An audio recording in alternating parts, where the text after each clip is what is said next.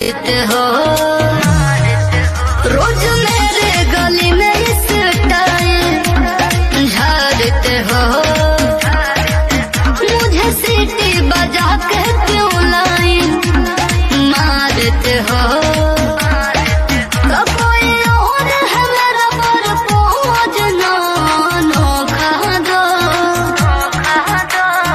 अपने लवर को धोखा दो, अब मुझे भी डार्लिंग मौका दो। आए अपने लवर को धोखा दो, मुझे भी डार्लिंग मौका दो।